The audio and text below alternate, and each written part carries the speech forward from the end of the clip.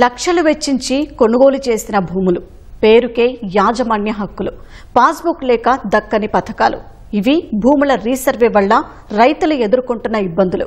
గత వైసీపీ ప్రభుత్వం అడ్డగోలుగా చేసిన రీసర్వే ప్రక్రియతో పాస్బుక్లు రాక రైతులు అవస్థలు పడుతున్నారు. ఏళ్లు గడుస్తున్న పాస్ పుస్తకాల కోసం ఎదురుచూపులే మిగిలాయని, సాగు పెట్టుబడికి, కుటుంబ అవసరాలకు అప్పులు పుట్టడం లేదని ఎన్టీఆర్ జిల్లాలో అన్నదాతలు ఆవేదన చెందుతున్నారు. వైసీపీ పాలనలో లోపభూయిష్టంగా చేపట్టిన సర్వే వల్ల రైతులకు పాసు పుస్తకాలు దూరమయ్యాయి. కూటమి సర్కారు వచ్చాక సర్వే చేసిన గ్రామాల్లోనూ రైతులకు ఇప్పటికీ పుస్తకాలు అందలేదు. దీంతో ఎన్టీఆర్ జిల్లా వ్యాప్తంగా వేల మంది రైతులు అవస్థలు పడుతున్నారు. రైతుల్లో ఎక్కువ మంది సాగు, పిల్లల చదువులు, పెళ్లిళ్లకు బ్యాంకుల్లో, సొసైటీల్లో రుణాలు తీసుకుంటారు. పాసు పుస్తకాలు లేక రుణాలు రావడం లేదని, ఫలితంగా బయట అధిక వడ్డీకి అప్పులు తీసుకుని ఇబ్బందులు పడుతున్నట్లు రైతులు చెప్తున్నారు. 2 ఎకరాల భూమి మేము కొనుగోలు చేసినామండి. ఈ భూమి రీసర్వే అనేది చేశారు అప్పుడు పోయిన గవర్నమెంట్. ఇప్పుడు ప్రజెంట్ ఉన్న ప్రకారం చూస్తే మేము పాస్బుక్కి అప్లై చేసాం, మ్యూటేషన్ పెట్టాం, ఇంతవరకు పాస్బుక్ రావట్లేదు. ఇప్పటికి మేము భూమి కొనుగోలు చేసి 2 సంవత్సరాల 4 నెలలు అవుతుంది. మరి మాకు బయట రేట్ ఆఫ్ ఇంట్రెస్ట్ 2 రూపీస్ తీసుకుంటున్నారు. అదే పాస్బుక్ కనుక వస్తే మేము మన సొసైటీలో కానీ బ్యాంకులో కనుక పెట్టుకుంటే మాకు 70 పైసలకే ఇంట్రెస్ట్ వస్తుంది. నేను 2 కూతుర్లకి పుసుంకు కింద చిరకరన్నర రాశా.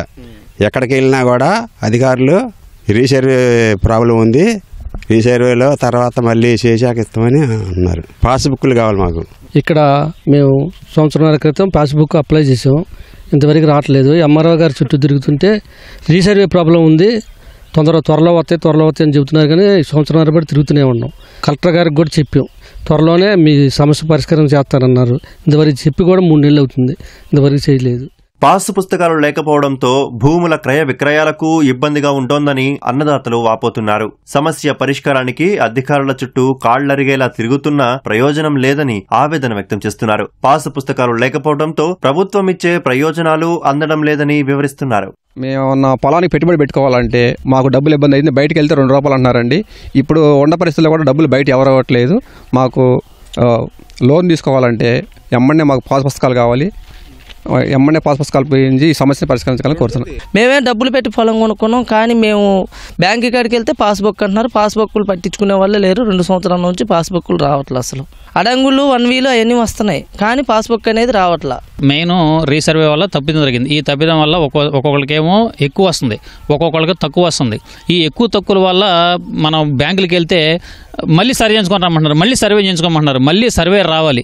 ఈ సర్వేయర్లు గ్రామ విలేజ్ సర్వేయర్లకే అంత అవగాహన లేదు. ఇదివరకు మండల సర్వేయర్ ఉండి వాళ్ళు చైన్తో కొలిసి వేసిన దాన్ని కూడా వీళ్ళు రాళ్ళన్నీ పేకటం ఇవన్నీ చేయటం వల్ల వీళ్ళకి అవగాహన లేదు. వీళ్ళకి ఈ సర్వే మీద, భూమి మీద అవగాహన లేని వాళ్ళని సర్వేయర్లో వేసి ఈ పాపమే ఇవాళ మాకు శాపం.